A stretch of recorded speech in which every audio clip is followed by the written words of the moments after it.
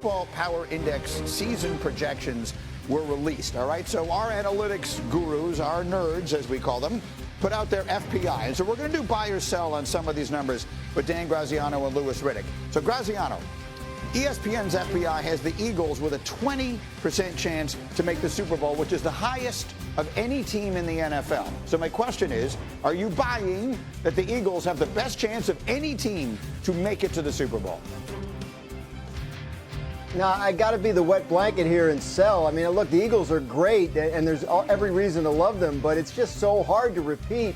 We even saw it a couple of years ago when the Eagles looked like they should be the class of the NFC, and they fell apart late. A lot of things have to go right. San Francisco should be better. Dallas should be better. The North is still loaded. I think it's tough to say the Eagles get back in there. Plus, Greeny, remember, they can't win their division. That's right. And no team has repeated in 21 years. Who is the biggest threat, Louis Redick? This right now, who do you think is the biggest threat to Philadelphia in the NFC? It's Washington. It's Washington, Green, because they're making all the right moves. Look, I know we want to conveniently say, well, Jaden Daniels can't have another season like he had last year. Well, why not? Why can't he? Did Cliff Kingsbury go anywhere? No. Did they add some protection on the offensive line? Yeah. Laramie Tunsil and the drafting of Josh Connerly are huge. It's huge. It all started up front with them anyway. Deebo Samuel, that acquisition is huge because we know he's a multi-tool player. And we know that a guy like Jalen Lane, who they draft from Virginia Tech, he's an absolute stud in terms of his ability to add another speed component to go along with Terry McLaurin. And really, you know what? Here's the biggest thing. If they hit on Trey Amos, the corner that they draft out of Ole Miss, and we saw Washington just get obliterated in the NFC Championship game by Philadelphia through the air on the perimeter. If Trey Amos can be that dude, I'm telling you, everything is looking up for Washington. Everything is looking up. I completely agree. We'll see if they're able to have the bigger year in the second season for the quarterback. Of all the numbers that I saw yesterday, one that really jumped out at me was this. Our FPI has the 49ers with an over 62% chance to make the playoffs. You're saying, what does that mean? It means they have the third best chance of any team in the NFC behind only the Eagles and the Lions. It's telling us they are the best team in the NFC West. Louis, are you buying that? No, I'm not. Look, this situation here worries me because, one, let's just start on the offensive side of the football. And let's talk about this offensive line, which along with the defensive line has been a hallmark of this organization. It's really set the tone in terms of the way that they like to play.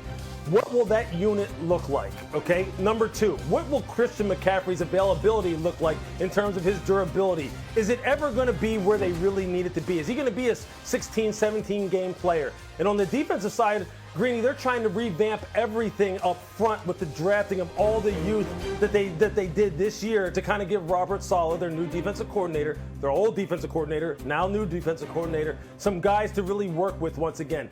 And the Rams are legit in the West. The NFC's stacked. I just don't know how they're not going to win the division. How do they get in as a wild card considering all the strength that exists in the North and in the East overall with all the improvements those teams have made? I agree with you. I'm surprised by that projection. We'll see. In the meantime, Graziano, I was a little less surprised by this one, but still surprised. ESPN's FPI has the Cowboys with a 30% chance to make the playoffs. Let me put this in perspective.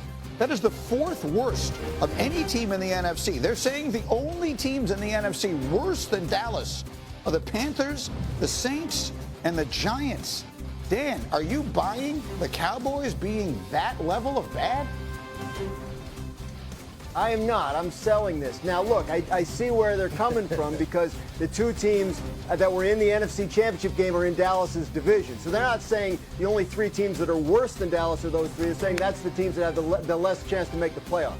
But Dallas is getting Dak Prescott in an offseason where nobody could find a good option at quarterback. Dallas is adding Dak Prescott, who missed the second half of last season due to injury. There is every reason to believe they will be improved. They won 7 games last year in a season where they played half the year without their quarterback. I am not buying that there are 12 teams in the NFC with a better chance to make the playoffs than the Dallas Cowboys, who, when Dak Prescott has played fully healthy seasons, have consistently been a playoff contender.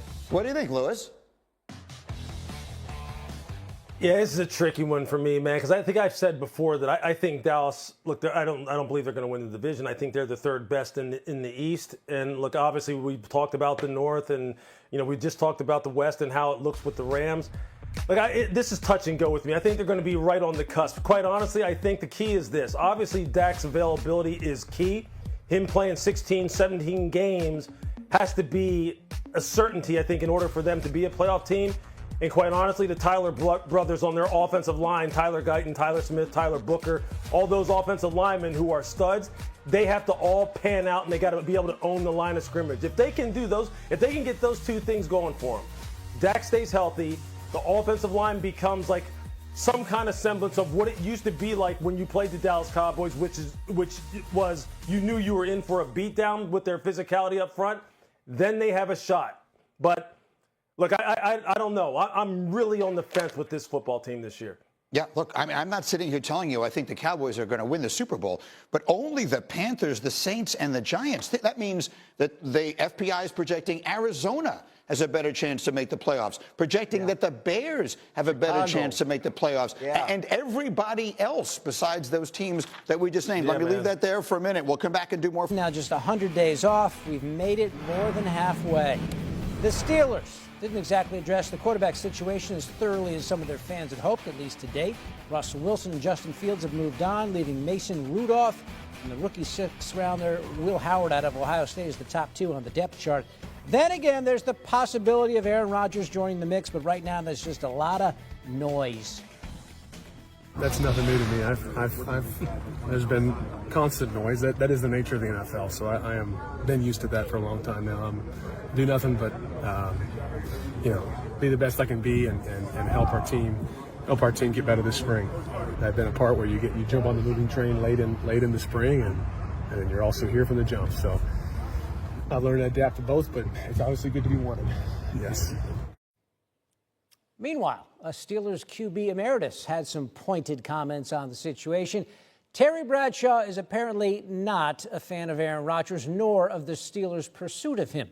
Bradshaw said, quote, "That to me is just a joke. What are you going to do? Bring him in for 1 year? Are you kidding me? That guy needs to stay in California. Go somewhere and chew on bark and whisper to the gods out there." Oh, okay. Well, I don't know if Kirk Cousins is doing that, but I do know he was a no-show Tuesday as the Falcons opened voluntary OTAs. I'll say it again, voluntary. Cousins has been around the facility this spring, but he's told the Falcons he'd like to be a starter again. Not going to happen right now with the team firmly behind Michael Penix Jr. Falcons coach Raheem Morris has a bright future ahead for his young QB1. We've seen some really exciting throws that got us all excited, including you guys. For us, it's just stuff you typically see with this guy. I wouldn't say it's typical across the league. I wouldn't say it's typical across everybody else, but with Michael, it's pretty exciting. I definitely like his approach. I like his open mindset. I like his ability to go out there and really get the guys going every day. I like his ability to sit back and debrief on those things when you ask him those questions. I like his ability to really figure it out and how he wants to do it better with each individual part of his group.